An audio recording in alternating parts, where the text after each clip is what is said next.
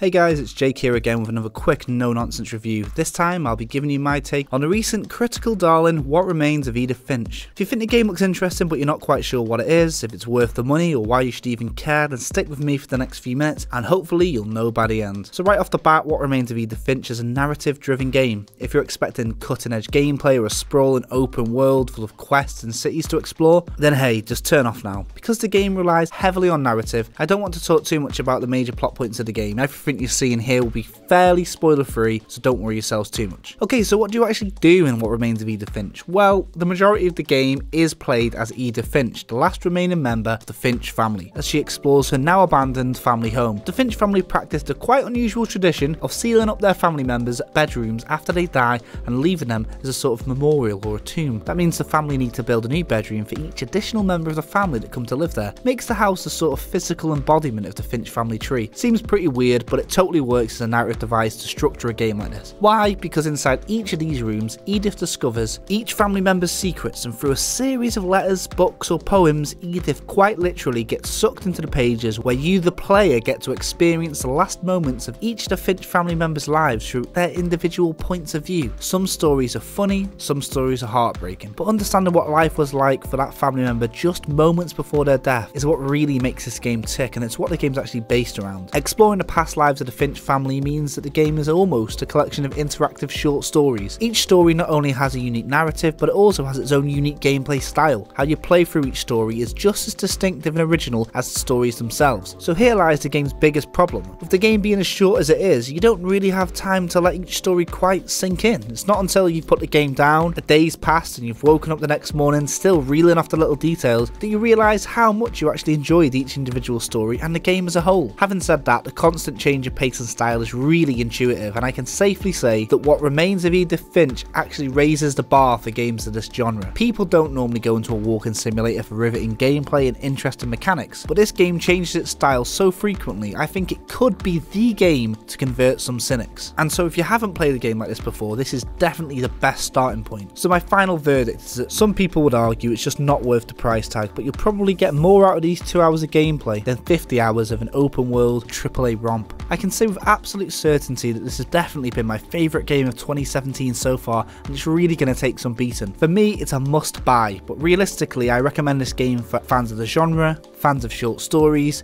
fans of mystery, and people wanting to change of pace from the same old. So that's it for this time-saving review of Call It Anything But Don't Call It a Walking Simulator, What Remains of Edith Finch. If you enjoyed the video, why not check out my extended thoughts talking to Gaz and Liam about it in the podcast excerpt. You can find the link to this on the screen right now. So if you enjoyed this, why not just leave a like or a comment, let me know what you thought of the game or what you thought of this review. Remember to subscribe if you're new around here, and you can follow the link just on the screen now to our Patreon if you'd like to support us.